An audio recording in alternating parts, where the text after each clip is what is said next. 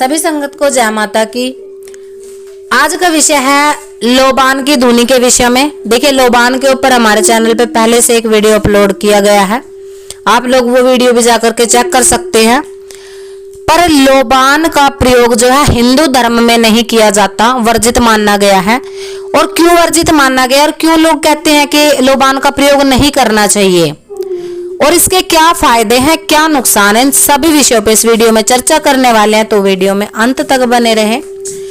देखिए, कुछ लोगों का ये मानना है कि हमने सुना है, पढ़ा है कि हिंदू धर्म में लोबान का उपयोग नहीं किया जाता, इसका उपयोग दरगाहों में किया जाता है, जहां पर कब्र होती है, मज़ारों में किया जाता है।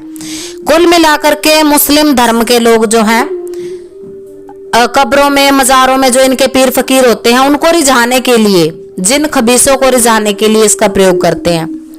तो ये एक खाली छोटी मानसिकता है। देखिए, दुर्गा पूजा में और जितने हिंदू धर्म के तांत्रिक ग्रंथ हैं उनमें लोबान का प्रयोग किया जाता है और हमारे धार्मिक ग्रंथों में इसको श्याम धूप के नाम से जाना जाता है। और ये कोई ऐसी इतनी बड़ी चीज नहीं है कि इसको प्रयोग करोगे तो घर उजड़ जाएगा, घर शमशान हो जाएगा, देवी देवता भाग जाएंगे, घर में पितृवास नहीं करेंगे, आपके आजीविका रुक जाएगी। ऐसा कुछ भी नहीं होता। ये खाली एक खुशबूदार द्रव्य होता है। जिस प्रकार से गूगल राल से बनता है वृक्ष की, उसी प्रकार से लोबान भी वृक्ष से ही उत्पन्न होता है। ये एक सुगंधित द्रव्य है। अब जिस प्रकार से हिंदू धर्म में अपने देवी देवताओं को रिझाने के लिए धूप दीप नैवेद्य का प्रयोग किया जाता है, उसी प्रकार से कब्रों पे, मज़ारों में, दरगाहों में लोबान की धुनी का प्रयोग किया जाता है। अब लोग क्या कहते हैं, इससे जो है जो जिन खबीस होते हैं, जो प्रेत आत्माएं होती हैं, तामसिक आत्माएं, मशान जिन, जिन्नात, ये ब्रह्म राक्षस पिशाच, इस तरह की शक्तियां जो हैं वो खुश होती हैं, उनको प्रसन्न किया जाता है। जिस प्रकार से एक शमशान में बैठा तांत्रिक लोबान की धुनी से किसी भी प्रेत आत्मा को जागृत करके अपने वश में कर लेता है और फिर उससे कार्य लेता है। देखो, हिंदू धर्म के जो तांत्रिक ग्रंथ है उनमें इसका प्रयोग किया जाता है। अगर आपको नहीं पता है तो, जो लोग तंत्र के क्षेत्र में नहीं उतरे हैं, जो लोग कहते हैं कि इसको अगर घर में प्रयोग करोगे तो आपका घर शमशान हो जाएगा, क्योंकि शमशानी जो शक्तियां होती हैं, लोबान की जो धुएं की खुशबू होती है, धुनी, उससे प्रसन्न होती हैं। चलो, अब जो हिंदू धर्म में इसका प्रयोग वर्जित माना गया, पर जब भी हम हवन करवाते हैं तो पंडित जो सामग्री लिख के देता है उसमें लोबान अक्सर लिख देता है। क्यों लिखता है, इसका कारण हम आपको बताएंगे। देखो, जितना हमने समझा है अपनी भक्ति में, जितना हमने समझा है इस भक्ति के मार्ग में, क्षेत्र में आकर के, इतना ही आप लोगों को बताएंगे। बाकी आप अपनी सोच कमेंट के माध्यम से शेयर कर सकते हो। क्या होता है कि हर घर में अकाल मृत्यु को कोई ना कोई प्राप्त हुआ है। हर घर में प्रेत आत्माएं, डाकनी, शाकनी, चुड़ैल, इस प्रकार की आत्माएं अक्सर हर घर में मिल जाती है। क्यों? क्योंकि ये संसार है, यहाँ जन्म निश्चित है तो मृत्यु भी निश्चित है, ये सभी जानते हैं। हर घर में आपको मिलेंगे ऐसी अतृप्त आत्माएं।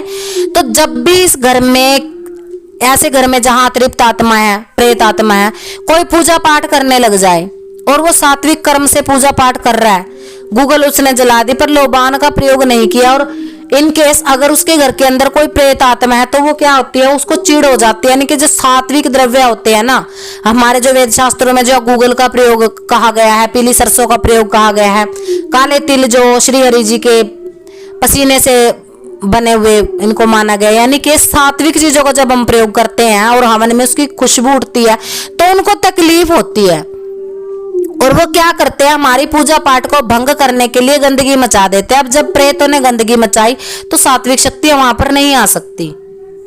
ये समझने वाला विषय है। सात्विक शक्तियां वहां नहीं आएंगी। क्यों? क्योंकि उस हवन के स्थान को गंदा कर दिया गया है।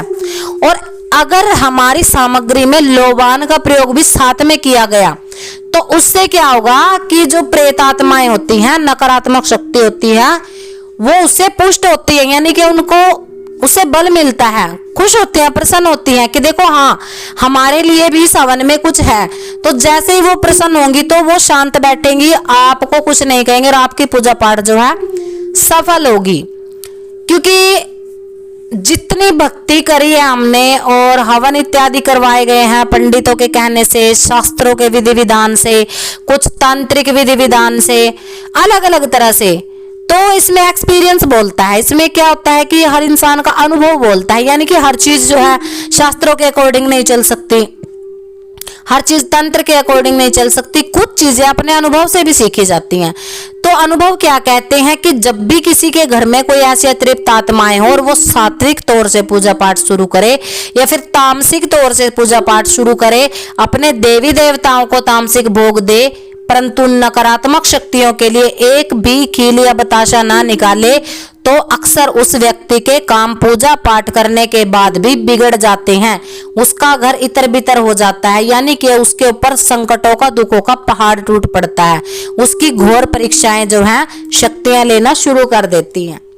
ऐसा ही सात्विक विधान में भी होता है।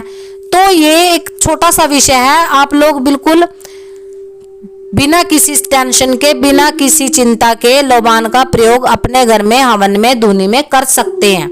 और हमने एक धुनी बार बार हमें हर वीडियो में बताते हैं कि ये धुनी बना करके आप नाथ के नाम की दे सकते हो, क्योंकि लेडीज बहनें बहुत सारी ऐसी होती हैं जो धुना नहीं कर सकती हैं गुरु गोरखनाथ जी का या फिर गुरु नागे महाराज जी का, तो वो धुनी हमने बताई है। आप अगर चेक करेंगे चैनल पे तो आपको वीडियो जरूर मिलेगा। चैनल के होम पेज पे जाकर के वीडियो के ऑप्शन में जाकर के आप सर्च कीजिएगा, आपको जरूर वीडियो मिलेंगे। तो धुनी बना करके आप रोजाना कंडे पर दे सकते हैं, कंडे की जो आग करके इस धुनी से अगर आप रोजाना 41 दिन या फिर अपना नियम बना ले कि डिब्बे में भर के रख ले, ये महीना 2 महीना खराब नहीं होती है। हम आपको चलते चलते बता देते हैं, जैसे अगरबत्ती होती है, लोग कहते हैं कि अगरबत्तियां भी नहीं जलानी चाहिए, ये भी जो है मज़ारों पे जलाई जाती हैं, ऐसा कुछ भी नहीं होता। ये सिर्फ सुगंधित पदार्थ होते हैं, द्रव्य होते हैं, जिनसे देवी देवताओं को, भूतों को, प्रेतों को, खबीसों को, पीरों को, फकीरों को रिझाया जाता है।